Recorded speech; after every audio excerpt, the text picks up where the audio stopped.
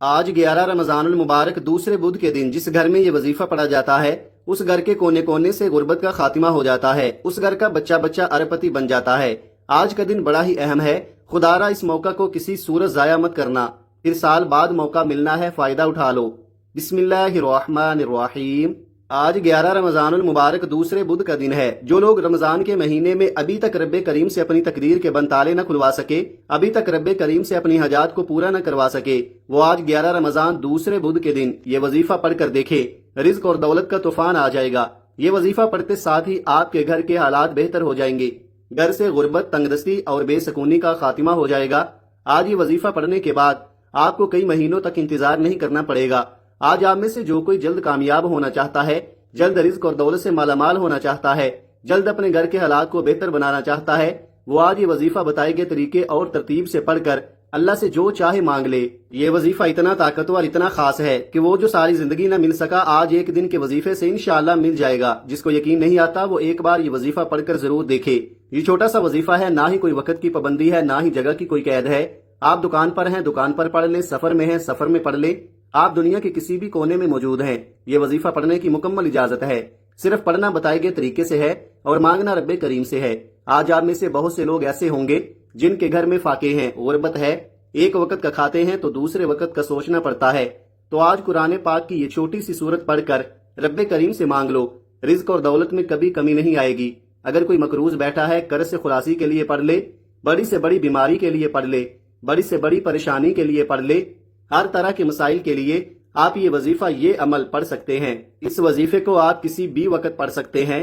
آج کا پورا دن، پوری رات آپ کے پاس موجود ہے، اور جب آپ یہ وظیفہ پڑھ رہے ہوں گے تو آپ پر رحمتیں، برکتیں چھما چھم بارش کی طرح برسنا شروع ہو جائیں گی۔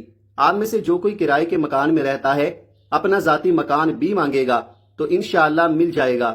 حالات اتنے خراب ہیں کہ آپ کے خراجات پورے نہیں ہو رہے، کرائے کے مکان میں رہنا تو عذاب بن چکا ہے۔ آج اس عذاب سے جان چھڑانا چاہتے ہیں تو پھر آپ یہ نہ سوچئے گا کہ مجھ سے تو گھر کے خراجات بھی پورے نہیں ہوتے، میں نیا گھر کیسے بناؤں گا۔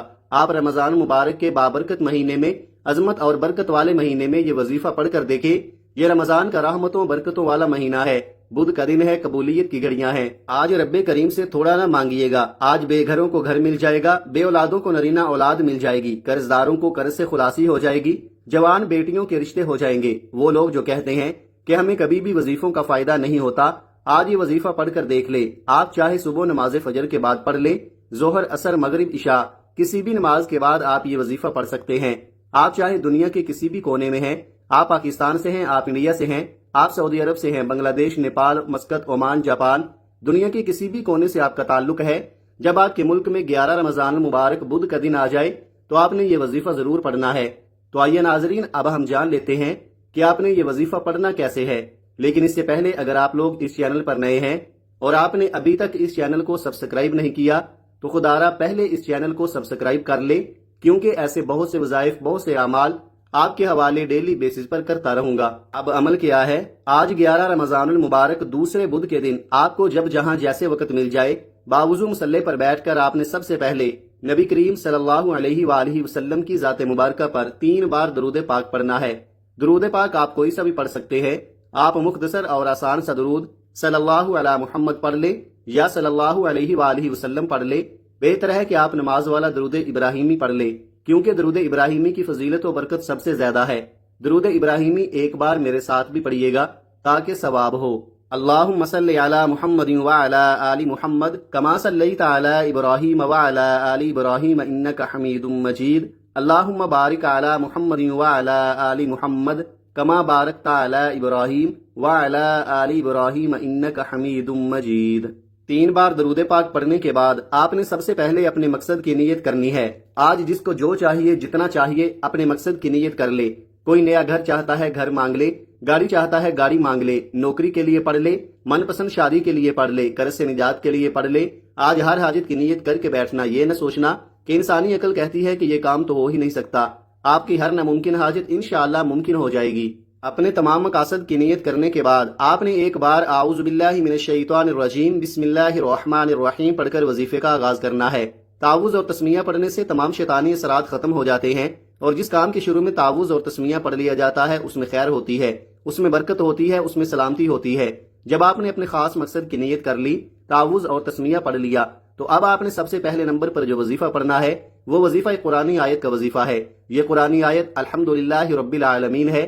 یہ آیت رب کریم کو اتنی پسند ہے کہ جب کوئی بندہ رمضان المبارک کے مہینے میں دوسرے بدھ کے دن الحمدللہ رب العالمین پڑھ کر اپنے وظیفے کا آغاز کرتا ہے، اپنے دن کا آغاز کرتا ہے اور رب کریم سے رو رو کر مانگتا ہے، تو اللہ فرماتا ہے میں اس بندے سے راضی ہوں، اے فرشتوں جاؤ اس بندے کی ہر حاجت کو پورا کر دو، یہ جو مانگتا ہے، جتنا مانگتا ہے، جیسا مانگتا ہے، اسے غیب سے عطا کر دو۔ اگر آج آپ بھی چاہتے ہیں کہ آپ کے حق میں بہتری کے فیصلے ہو جائیں، آپ کے بگڑے کام سنور جائیں، آپ کی مشکلات کا خاتمہ ہو جائے، تو الحمدللہ رب العالمین کو پڑھ کر دیکھیں۔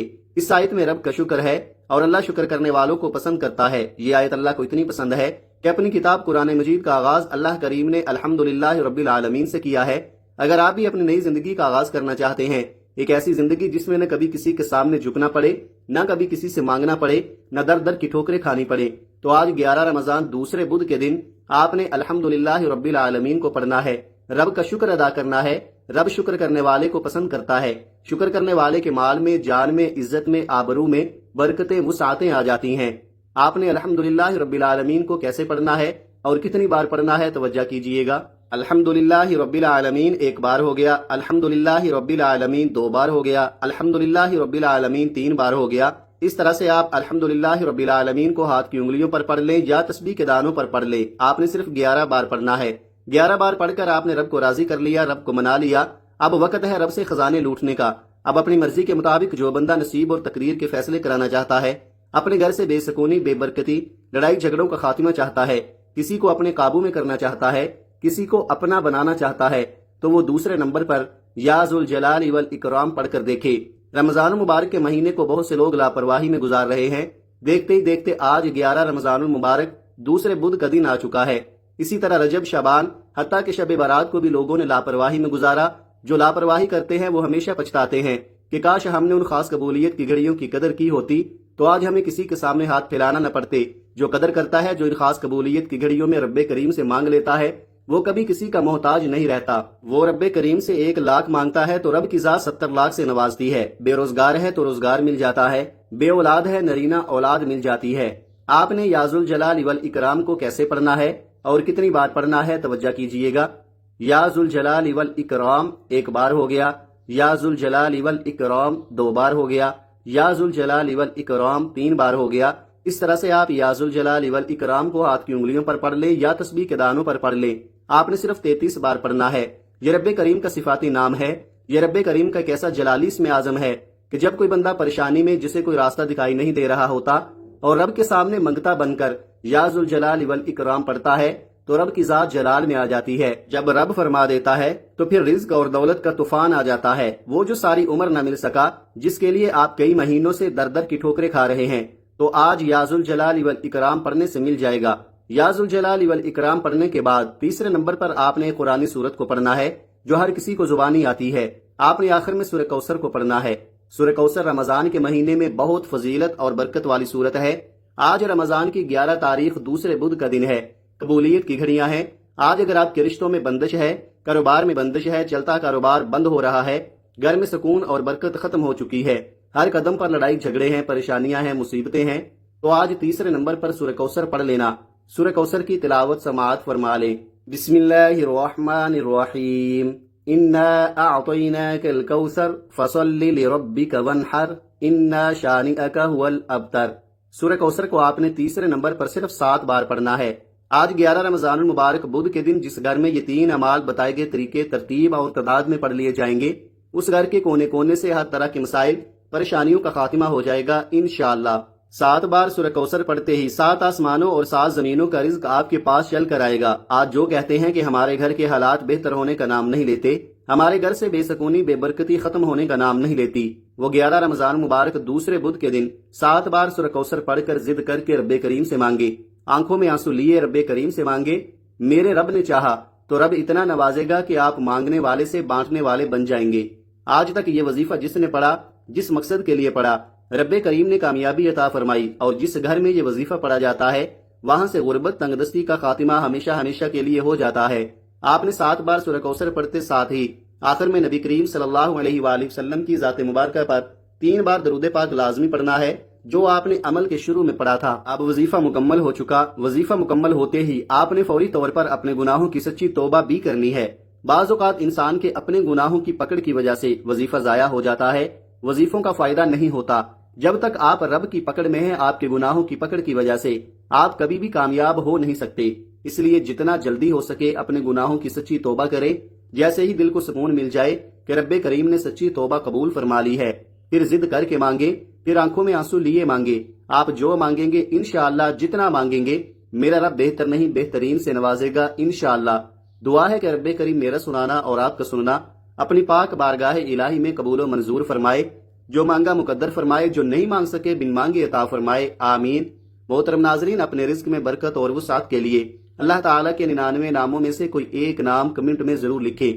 جزاک اللہ خیرہ۔